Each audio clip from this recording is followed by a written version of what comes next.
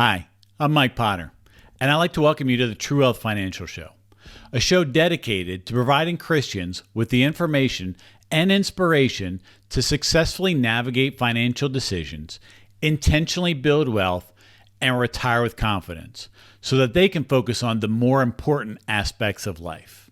I appreciate you taking the time to tune in today. Please feel free to like, share, and subscribe so you don't miss any future episodes. Additionally, you can find more information on our website at www.truewealth.show. And now, let's get on to this week's episode. Hello, and welcome to another episode of the True Wealth Show.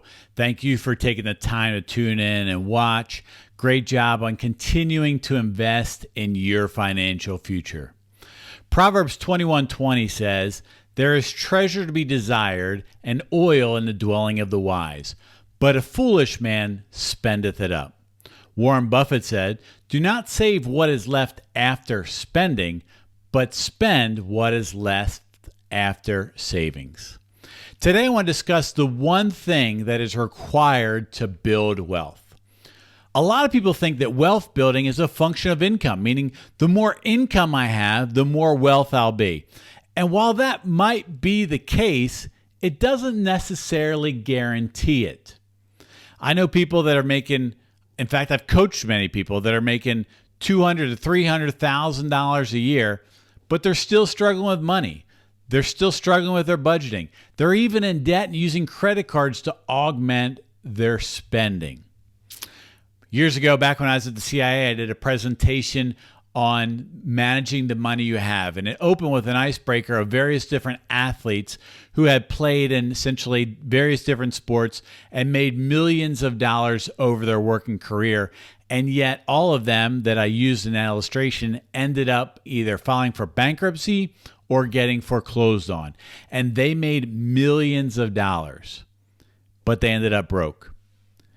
The reality is that you too are probably going to make millions of dollars over your working lifetime. But it's not how much you make that will determine whether or not you build wealth. It'll depend on how much you save. Here's the cold reality of the situation. To build wealth, savings is required. Without savings, you will not build wealth. If we look at the financial framework, we can see that there's savings involved in step 1 and step 3 and step 4 and step 5 and step 7. Essentially, every step of the financial building process requires savings. Financial independence requires savings. I'm going to show you in our next episode how that financial independence really is a function of savings rate.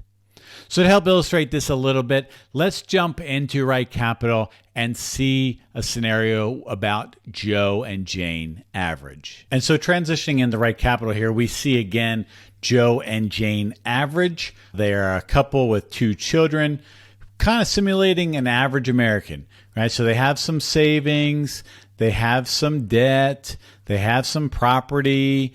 They kind of doing a little bit of retirement. So just kind of normal, just doing a little bit of everything, but nothing really, really great.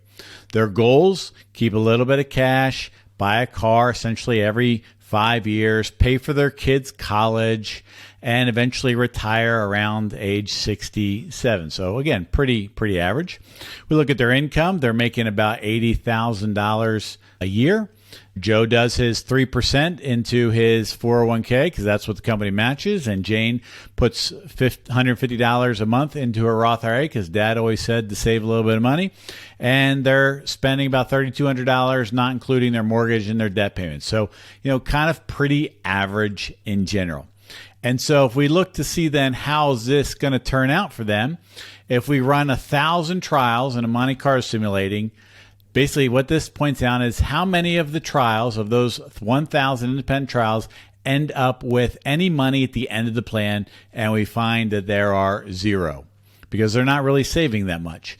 How much are they saving? Well, this current year, they're saving about $4,600, mainly in those retirement plans. Over time, they're doing somewhere between 3 and 6% on average, about 4.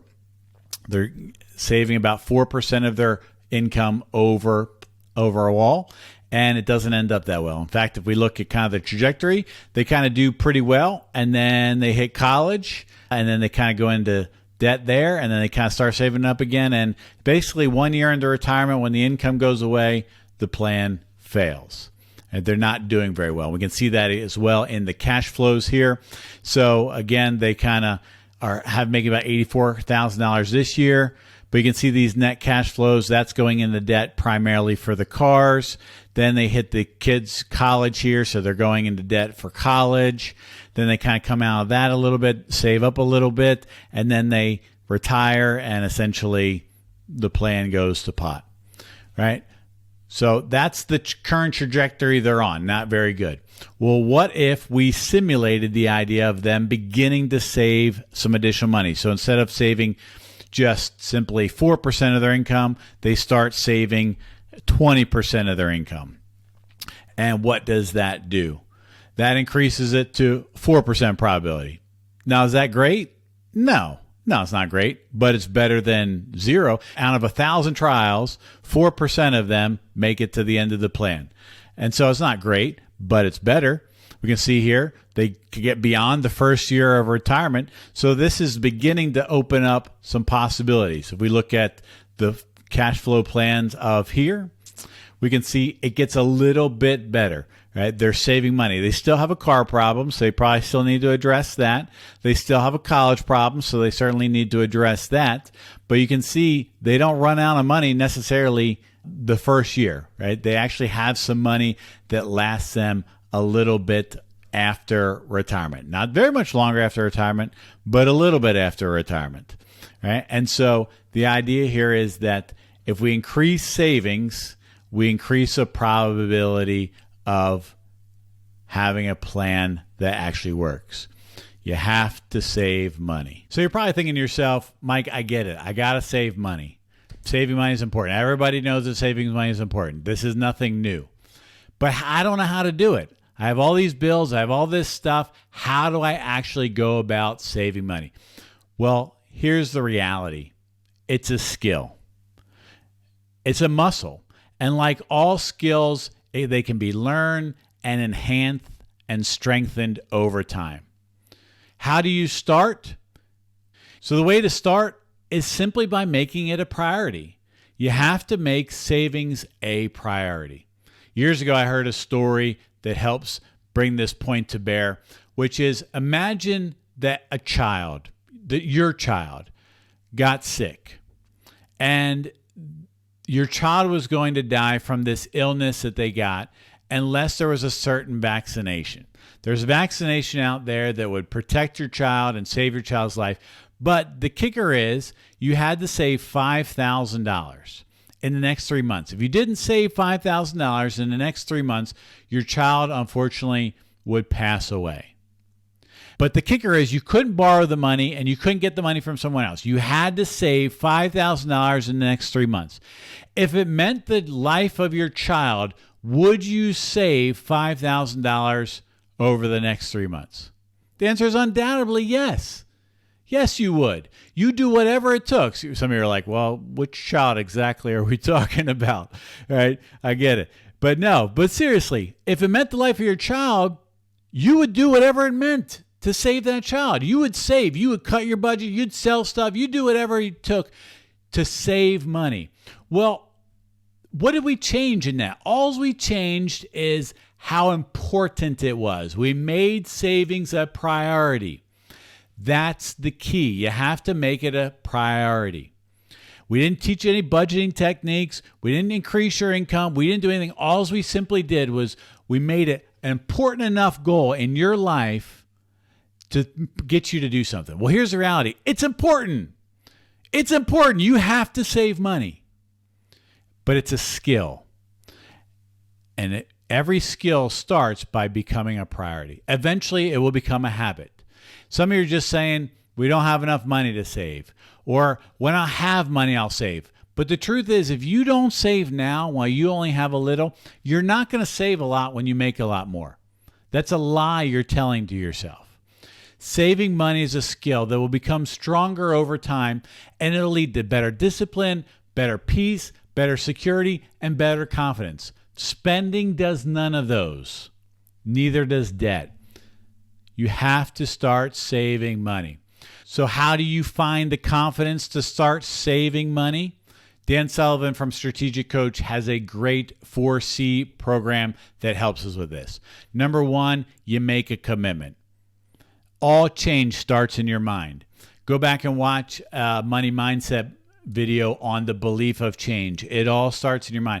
Once you make the commitment saying, I'm going to start saving money, then you start looking around and you say, I don't know how to do it. But that's where you take the courage and you start small. And over time, that courage leads to a capability. And you see that capability and you're like, hey, I'm saving money. I'm doing something. It's not a lot. It's not a ton, but I'm doing it. And you gain confidence. The key is to start small, but start and then increase over time. I do this a lot with my planning clients a lot of times. When we try to start getting investing, ideally we want to save 15% of their income in their retirement, but they can't do it. They don't start there. So I said, let's start small. And every quarter when we meet, we'll just ratchet it up. And they look back and now they're saving $100 of each month, but we did it a little bit at a time. Before you know it, their Roth IRAs are maxed out. And they're like, wow, look at that. We're maxing out our Roth IRAs. And then we start incrementing up those other retirement vehicles as necessary or as applicable. The key is to start small, but start. So your micro action for the week: make the commitment to start saving money consistently. And if you're already doing that, great job. Make the commitment to find out a way to systematically increase it. Every month, every quarter, every year, use some frequency where you're increasing it over time. Today, we talked about how savings is required for wealth building.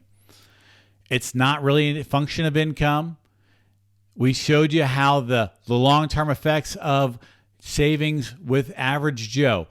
Did average Joe and Jane end up great? No, but they started improving their scenario. They started improving their situation. We talked about how savings is a skill and how to get started by making the commitment. Hope this helps you on your financial journey. If you have any questions or comments, you can leave them below, or you can send an email to mike@truewealth.show, mike@truewealth.show. And until next time, I hope you have a great day. Thanks again for taking the time to watch this week's episode of the True Wealth Financial Show. I encourage you to like, share, and subscribe so you don't miss any future episodes. Additionally, you can find more information on our website at www.truewealth.show. One final note, though, as we wrap up to today's show. While I hope the information was helpful, valuable, and insightful, it's really for information and educational purposes only. Prior to making any decisions or taking any actions, I'd strongly encourage you to talk to your legal, tax, estate, or financial advisor who's familiar with the unique circumstances of your particular personal situation. Thanks again for watching, and until next time, hope you have a great day.